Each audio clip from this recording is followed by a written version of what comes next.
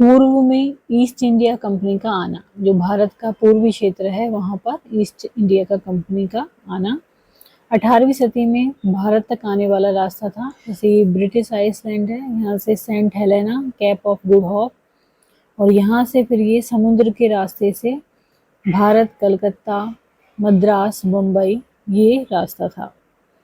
सन 1600 में east India company ने England की महारानी एलिजाबेथ प्रथम 1600 में ईस्ट इंडिया कंपनी ने क्या किया, जो इंग्लैंड की महारानी थी एलिजाबेथ प्रथम से चार्टर अर्थात इजाजतनामा हासिल कर लिया, जिससे कंपनी को पूरब से व्यापार करने का एकाधिकार मिल गया। मतलब कि यह कंपनी पूरब में व्यापार करने वाली अपने आप में एक एकाधिकार हो गया, और कोई वहां नहीं कर सकता था, ये कंपनी कर सकती थी व्यापार। इस इजाजतनामे का मतलब यह था कि इंग्लैंड की कोई और व्यापारिक कंपनी इस इलाके में ईस्ट इंडिया कंपनी से होड़ नहीं कर सकती, केवल ईस्ट इंडिया कंपनी ही वहां पे व्यापार कर सकती है। इस चार्टर के सहारे कंपनी समुद्र पार जाकर नए इलाकों को खंगाल सकती थी, कि वही समुद्र के उधर की तरफ और क्या क्या इलाके हैं जहां हम अपना व्यापार कर सकते हैं, वहां से सस्ती कीमत पर चीजें खरीद कर उन्हें यूरोप में ऊंची कीमत पर बेच सकती थी। कंपनी को दूसरी अंग्रेजी व्यापारिक कंपनियों से प्रतिस्पर्धा का कोई भय नहीं था, क्योंकि वहां पर कोई कंपनी नहीं थी।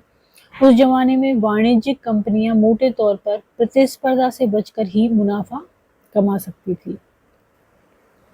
अगर कोई प्रतिस्पर्धी न हो तभी वे सस्ती चीज खरीदकर उन्हें ज्यादा कीमत पर बेच सकती थी।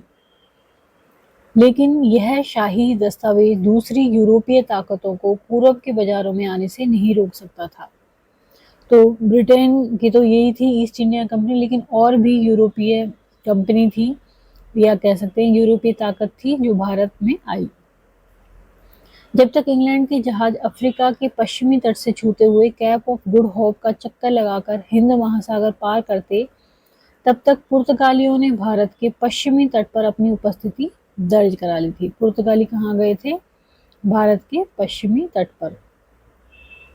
वे गोवा में अपना ठिकाना बना चुके थे। पुर्तगाल की खोजी यात्री थे वास्को डी गामा।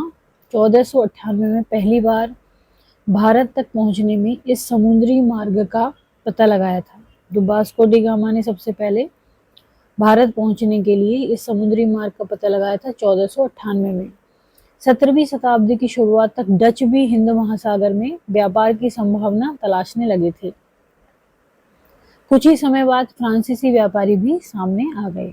तो पहले ये आ गए पुर्तगाली, उसके बाद में डच आ गए यहाँ पर, और यहाँ पर व्यापार करने लगे। समस्या यह थी कि सारी कंपनियां एक जैसी चीजें ही खरीदना चाहती थी। जो यहाँ पर जो प्रसिद्ध चीजें थी या सस्ती चीजें थी वो ही खरीदना चाहती थी। यूरोप के बाजारों में भारत के बने बारीक सूती कपड़े और रेशम की जबरदस्त मांग थी। तो किसकी मांग थी?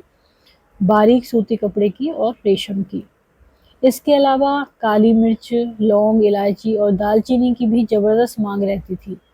यूरोपीय कंपनियों के बीच इस बढ़ती प्रतिस्पर्धा से भारतीय बाजारों में इन चीजों की क्या हो गई? कीमतें बढ़ने लगी और उनसे मिलने वाला मुनाफा गिरने लगा।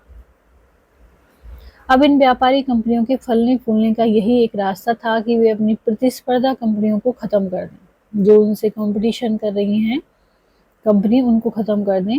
लिहाजा बाजारों पर कब्जे की इस होड़ ने व्यापारिक कंपनियों के बीच लड़ाइयों की शुरुआत कर दी।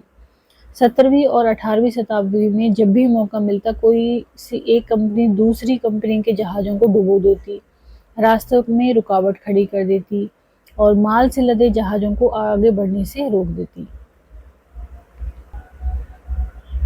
वाणिज्यिक का मतलब क्या है? एक ऐसा व्यावसायिक उद्यम जिसमें कि चीजों को सस्ती कीमत पर खरीदकर और ज्यादा कीमत पर बेचकर, यानी मुख्य रूप से व्यापार के जरिए मुनाफा कमाया जाता है।